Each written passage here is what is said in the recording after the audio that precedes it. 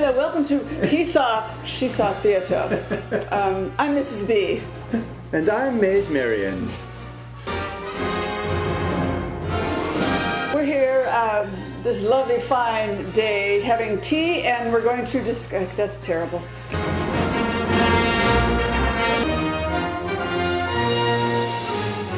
Another episode of He Said, She Said. He saw, she saw. He says, she edits. That's what it should be. Woo!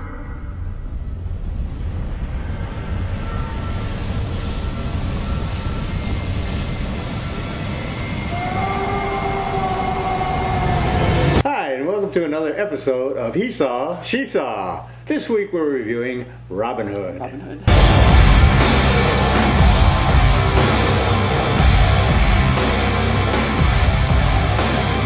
Well, what I saw was a movie. I really liked the movie. Like I said, we were talking earlier, I am a huge Ridley Scott fan. I always love to see how he's going to tell a story. I think I don't want to say an adequate portrayal because it's a legend, but I knew he was going to tell it differently. I read a little bit about it before. And I always like to see how he develops his characters, how he goes back and forth in a story, but I never seem to get lost, which is a big achievement for me. And I'm a huge Russell Crowe fan for a lot of it. I mean, I think he's my fantasy cabana boy. However, girls gotta. He did have to take a bath, so he that did, was interesting. He did, and the tension.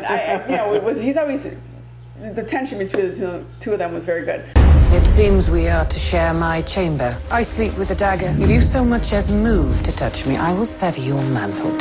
Thanks for the warning. Okay, so how about a summary, Donna? Okay, well, it is a True Hollywood story of how Robin Longstride becomes Robin Hood. True Hollywood. True Hollywood, that's what it reminded me of. Minus the cheesy commercials. The movie starts out way back when King Richard... How far back when? I don't, don't make it's too early for a math. galaxy far, far away. No, we go back to the late 1100s, I believe. Yes, and very good. King Richard. Didn't think you'd know that. Well, I read the reviews, did a little research. Cheater. But anyways, King Richard, the Lionheart, is doing his crusades from England to France. He's taxed the shit out of. Can I say that? Yeah. He's taxed everyone to death in England and has pretty much run it to the ground. And he's doing his crusades. And Robin Longstride is one of his best archers.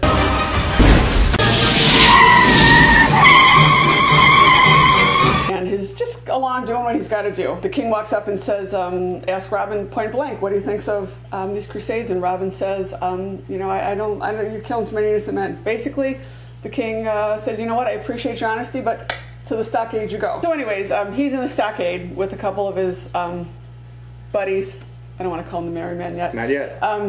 And so now we go right immediately to the which will turn out to be King Richard's final crusade. Yes. Historically inaccurate, I might point out. Well, it's a legend.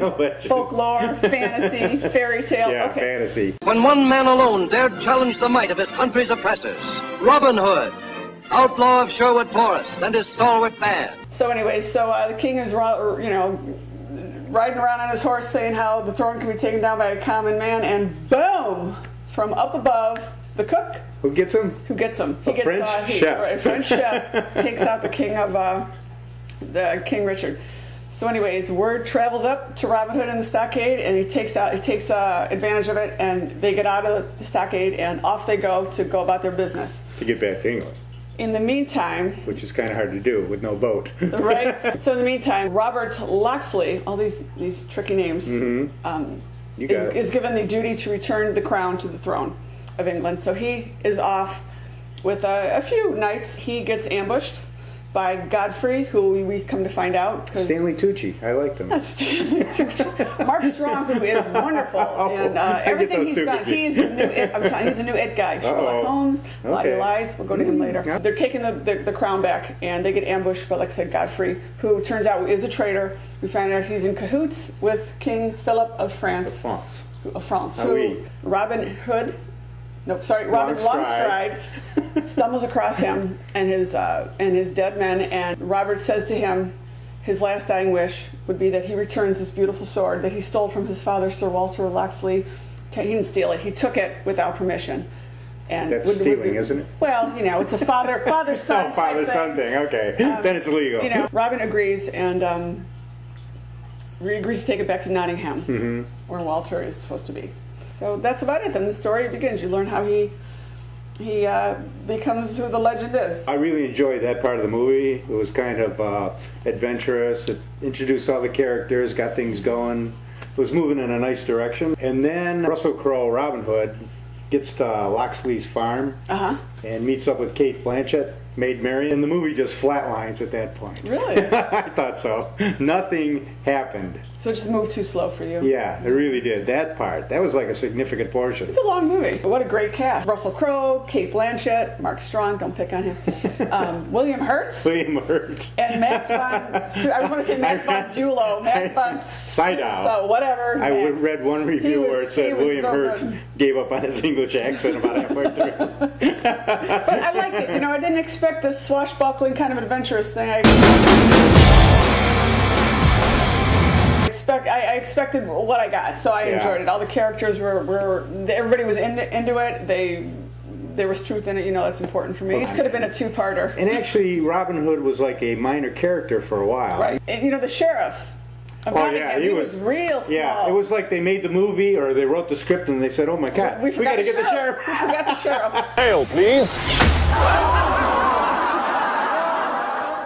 You know, somebody wake up the sheriff. It's his job. But anyways, I will say this: as much as I did like the movie, now that we're talking about it, all the kind of moving around, you had to kind of really pay attention. Really? Like, you can't get up and go take a whiz in this movie. You can't, you know, like looking for Nottingham, Barnstable, London, France. Right.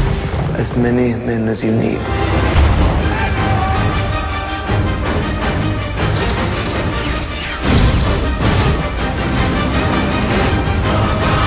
We ask for is liberty by law.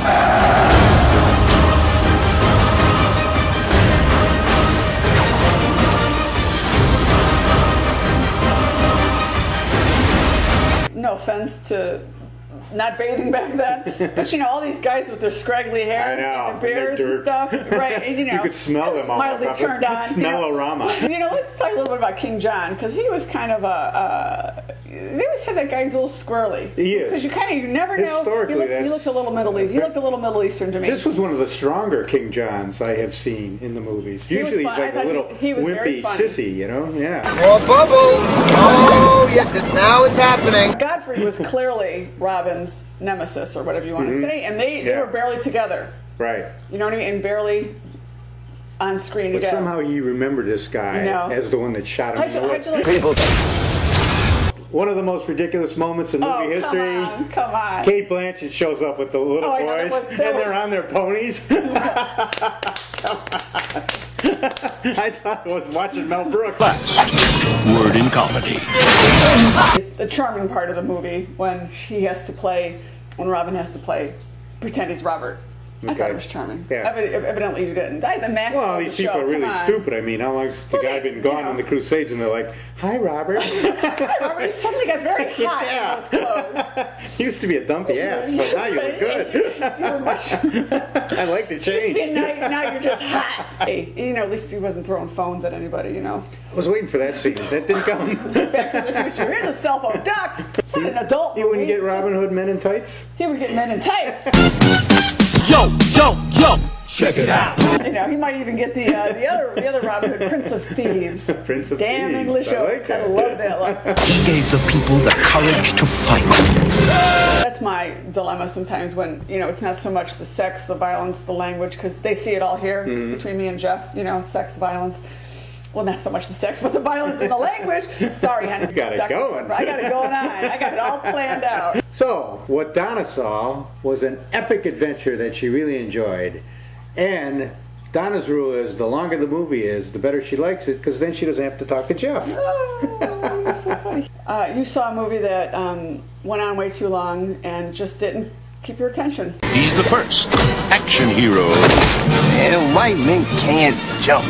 So join us again for another episode of He Saw, She Saw, where we'll give you another crappy review. Sex in the City! Hey! Bye-bye.